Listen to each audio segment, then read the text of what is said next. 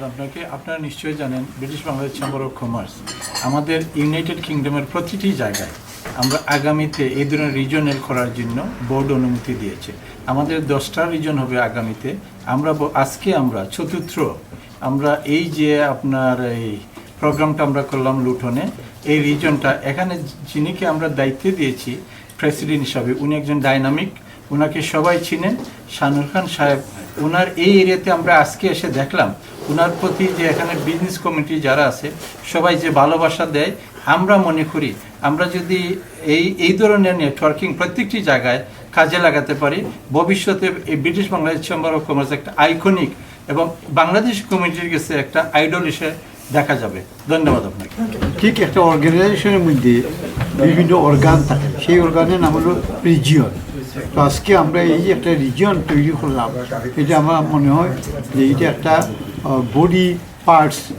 এবং আগে এই রিজিয়নের যত ব্যবসায়ী ছিলেন ওনারা কিন্তু তাদের নিজস্ব একটা ভয়েস ছিল, কিন্তু আজকে কিন্তু একটা কম্বাইন্ড ভয়েস হলো।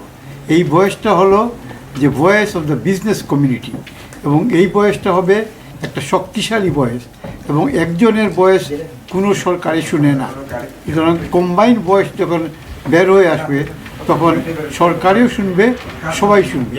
সুতরাং আমরা সবাই মিলে কাজ করি। ইস্ট অফ ইংল্যান্ডের আজকের এই রিজন ডিক্লারেশনের জন্য প্রেসিডেন্ট, সেক্রেটারি এবং ফর্মার প্রেসিডেন্টের কৃতজ্ঞতা প্রকাশ। আসলে আমার দৃষ্টিকোণ থেকে British Bangladesh chamber of commerce একটা শক্তিশালী সংগঠন।